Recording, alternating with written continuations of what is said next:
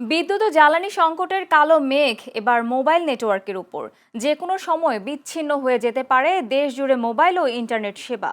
Mobile অপারেটরদের সংগঠন জানিয়েছে নেটওয়ার্কের ডাটা সেন্টারগুলো জ্বালানি অভাবে বন্ধ হওয়ার উপক্রম হয়েছে। এই জাতীয় বিপর্যয় এড়াতে নিয়ন্ত্রক সংস্থার কাছে জরুরি বৈঠকের দাবি জানিয়েছে অপারেটররা। বিস্তারিত থাকছে সোহেল রানার প্রতিবেদনে।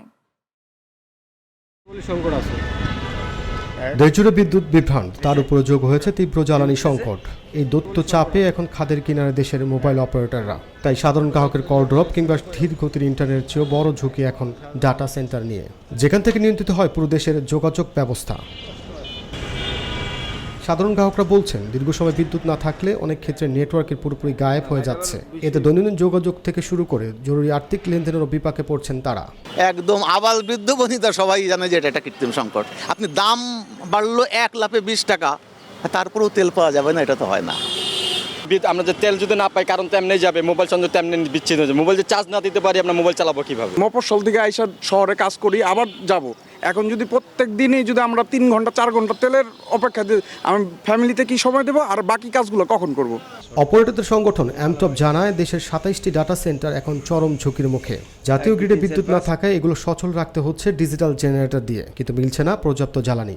পরিস্থিতি কতটা ভয়াবহতা উঠে এসেছে অ্যামটপ মহাসচিবের বক্তব্যে। এটা চলছে না, সো আমাদের সাইটগুলো অনবরত কিন্তু ডাউন আছে, সাইটগুলো ডাউন আছে এবং একই সাথে এখন ডেটা সেন্টারগুলো আক্রান্ত হচ্ছে।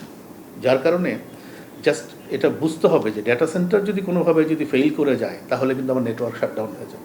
বর্তমান টেলিকম সেবা সচল রাখা যে চ্যালেঞ্জিং হয়ে দাঁড়িয়েছে, তা স্পষ্ট করলেন রবির আজিটার এই শীর্ষ কর্মকর্তা। করা হয়েছে যে যেসব জায়গায় কোর সেন্টার আছে সেসব জায়গায় একটা নির্দেশনা যাবে, যাতে ওইসব জায়গায় পাওয়ারগুলো মেনটেন করা যায়, যাতে পাওয়ার আউটেজ না হয়।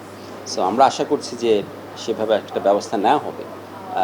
না হলে আমার মনে হয় আমরা একটা আনপ্রেসিডেন্টেড সিচুয়েশনে পড়ে যেতে পারি। তথ্য বলছে, প্রতিদিন শুধু টাওয়ার চালাতে 3 অপারেটর প্রয়োজন হয় 50,000 লিটারেরও বেশি ডিজেল। আর একটি ডাটা সেন্টার সচল রাখতেই প্রতিদিন লাগে প্রায় 500 থেকে 600 লিটার জ্বালানি।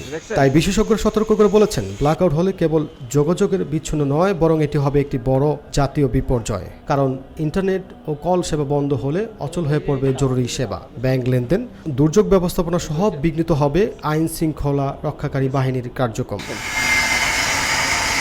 Sohel Rana, channel S, Dhaka.